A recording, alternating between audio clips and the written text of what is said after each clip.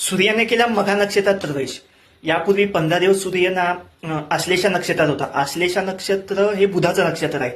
त्याच्यामुळे काही जणांना बघा श्वासाचे विकार जडले असतील, म्हणजे श्वास घ्यायला त्रास झाला असेल, कफ दमा किंवा खोकला असे काहीतरी श्वासनाचे संबंधित काही ना काही आजार असतील. पण आता सूर्याने नक्षत्र बदललंय. आता हा मघा नक्षत्रात गेलाय. त्याच्यामुळे जर तुम्हाला काही आरोग्याच्या तक्रारी असतील त्या हळूहळू कमी होतील. हे मी सगळं ढोबळमानाने सांगतोय. तुमच्या कुंडलीत कसे ग्रहयोग आहेत त्याच्यावर सगळं अवलंबून आहे. आता मघा नक्षत्र हे केतूचं नक्षत्र आहे आणि त्याच्यात आता जे वाहन आहे ते सुद्धा बेडूक आहे.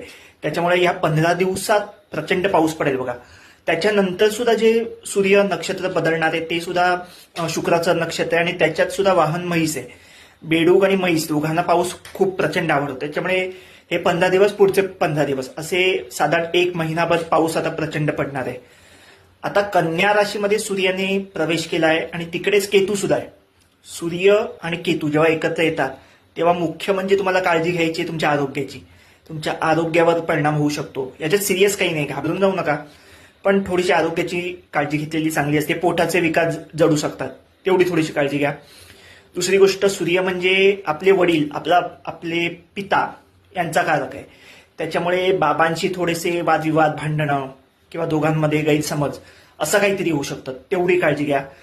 अजून एक असा परिणाम दिसेल की तुम्हाला नोकरीच्या ठिकाणी सावधानता बाळगली पाहिजे. तिकडे काहीतरी अशा गोष्टी घडतील की ज्या तुमच्या मनाविरुद्ध असतील.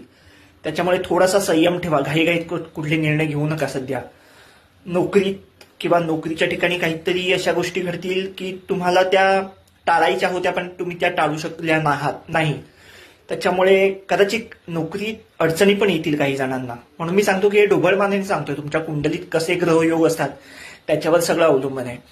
आता केतू आणि सूर्य जेव्हा एकत्र येतात तेव्हा काय होतं की तुम्हाला समजत नाही, अरे बाबा माझ्या आयुष्यात हे काय चाललंय, अशी थोडीशी अवस्था होईल तुमची. त्याच्यामुळे गोंधळून जाऊ नका. गोंधळाची अवस्था होणार आहे. गोंधळून जाऊ नका. थोडासा संयम ठेवा. हा काळ काय आयुष्यभर टिकणार नाहीये. थोडेसे 1 महिना 2 महिना असेल, नंतर सगळं काही व्यवस्थित होईल. त्याच्यामुळे टेन्शन घेऊ नका. तुम्ही जे काय काम करताय, व्यवसाय असेल, नोकरी असेल, ते तुमचे 100% द्या. त्याच्यात मनापासून काम करा. देवावर विश्वास ठेवा. पुढे सगळं काही छान होणार आहे. All the best.